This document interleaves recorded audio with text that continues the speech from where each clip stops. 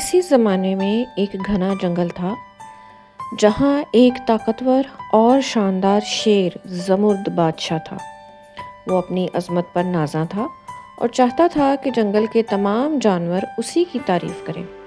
سب جانور اس کی عزت کرتے تھے، لیکن جب ایک نوجوان چیتا رودان جنگل میں آیا تو ہر کوئی اس کی تیز رفتاری اور چمکدار سنہری دھاریوں کی تعریف کرنے لگا۔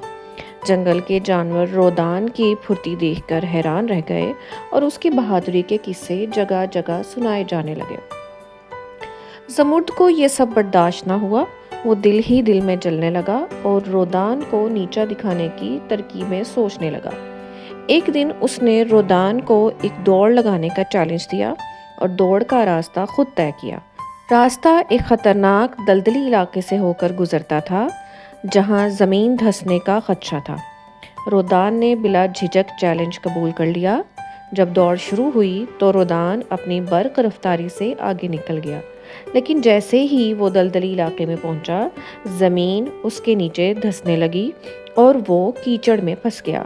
زمرد دور کھڑا مسکرا رہا تھا کیونکہ اس کی چالاکی کامیاب ہو چکی تھی۔ رودان جتنا نکلنے کی کوشش کرتا اتنا ہی زیادہ دھنسنے لگتا۔ جنگل کے دوسرے جانور یہ منظر دیکھ رہے تھے تو انہیں سمجھ آ گئی کہ زمرد نے حسد میں یہ سازش رچی ہے۔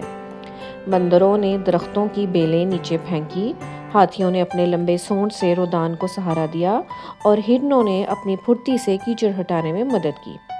تھوڑی ہی دیر میں رودان دلدل سے باہر آ گیا۔ جب جانوروں کو زمرد کی چالاکی کا علم ہوا تو سب نے اس سے منہ موڑ لیا۔ زمرد شرمندہ ہو گیا کیونکہ اسے احساس ہوا کہ حسد کی وجہ سے وہ غلط راستے پر چلا گیا تھا۔ رودان نے مسکرا کر کہا، حقیقی عظمت دوسروں کو نیچا دکھانے میں نہیں بلکہ سب کے ساتھ مل کر چلنے میں ہے۔ زمرد نے اپنی غلطی تسلیم کی اور رودان سے معافی مانگی۔ اس دن کے بعد جنگل میں سب نے ایک دوسرے کی کامیابیوں کو سراہنا شروع کر دیا اور زمرد نے سیکھ لیا کہ حسد انسان کو تنہا کر دیتا ہے، جبکہ محبت اور عزت سب کو قریب لے آتی ہے۔ تو اس کہانی کا اخلاقی سبق یہ ہے بچوں کہ حسد نقصان دہ ہے اور ہمیں دوسروں کی خوشیوں میں خوش ہونا چاہیے۔ حقیقی لیڈر وہی ہوتا ہے جو دوسروں کو اوپر اٹھائے، نہ کہ انہیں نیچا دکھائے، اور دوستی اور اتحاد سے بڑی مشکل کو آسان بنایا جا سکتا ہے۔